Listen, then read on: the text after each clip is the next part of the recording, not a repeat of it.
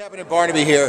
If you're a parent, this is a familiar sight. Oh look, it's a science presentation, but it's a science presentation the likes of which you have probably not ever seen because it is super high level. We're talking about a neuroscience fair at the Public Museum of Grand Rapids, and this is Alex right here. Alex, when I walked up, you were talking some stuff that shouldn't be coming out of probably an 18-year-old's mouth. I mean, you seem like you were a graduate student.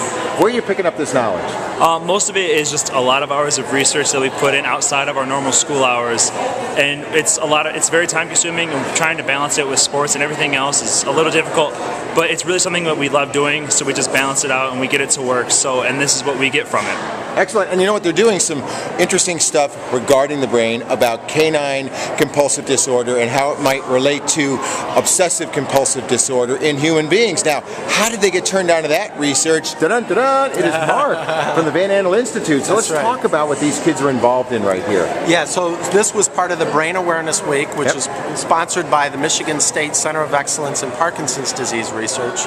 And so we reached out to some amazing teachers who put together these teams of advanced placement biology high school students, and each one of them identified a topic in the dog that they wanted to study. So this team identified OCD or the equivalent in dogs.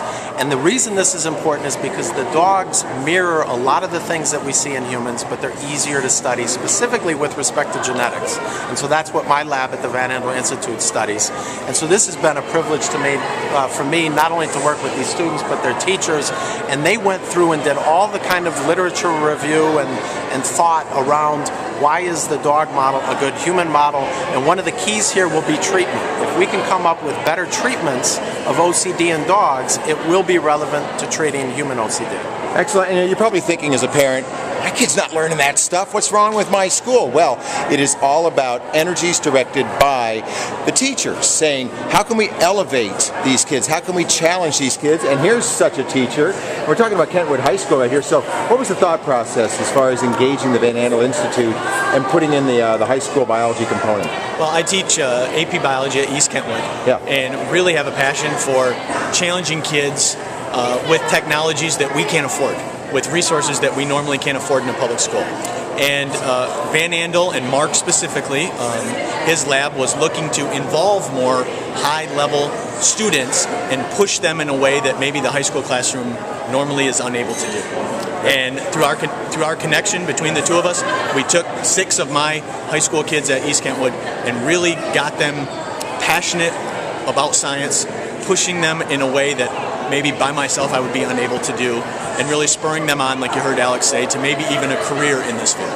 Well, check it out. What a wonderful segue. We've got professor and student right here. Alex, the word is the teach here had to kind of drag you to this whole thing that maybe you were saying, I'm a good A student, why do I need to try any harder? Let's talk about that experience. Yeah, throughout my junior year in high school, I had a lot of my friends that were seniors and taking AP Bio come up to me and say, hey, you should really take this class, great class, the teacher's amazing. And I'm sitting there just thinking to myself, okay, I guess I can check it out. So at parent-teacher conferences, I went and I talked to Mr. Van Houten just to see if it was something I'd be interested in. And we got to talking. I was like, well, I mean, I'm going into aerospace. Do you think this would be something I would really like doing? I mean, I like biology and everything, but is it really relevant? He goes, oh yeah, it's always relevant.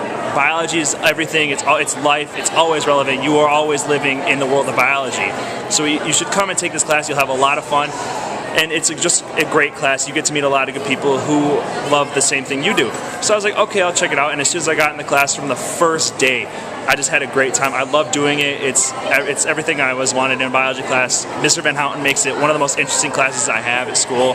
So a lot of it is credit to him being a great teacher. Okay, so how has it changed your life? I think maybe you're going to be studying something a little different when you go to college? Yeah, my original thought was going into aerospace engineering, and now I'm looking more towards biomedical engineering and have something more relevant to the way that we can associate that with humans and what we can help with in the world.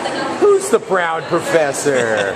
Shaping a life. All right, well, you know, it is interesting, folks, because we always hear reports about how kids are kind of like drifting off mentally. They're always involved in these video games. They're not sinking their teeth into things cerebral. What could be more cerebral than what's happening at the Van Andel Institute? How do schools avail themselves of the treasure trove of opportunity that is the VAI? So this is, I think, one of the great intangibles of having a research institute embedded in the Grand Rapids community, the local outreach with schools, with very intelligent kids. I mean, you talk to him, Abby's going to be in the professorial program at Michigan State. So we're helping these kids do what they already are doing, but maybe do at a higher level, be more competitive, get into these great programs, and then of course they're going to want to come back to their local communities and do research here or be in the healthcare industry here. And so that interconnectedness, I think, is the big thing that we're all excited about at the Van Andel. Is it as easy as just making a phone call to the VAI and saying, we'd like to maybe do some advanced AP, we'd like to do maybe some on-site visitation?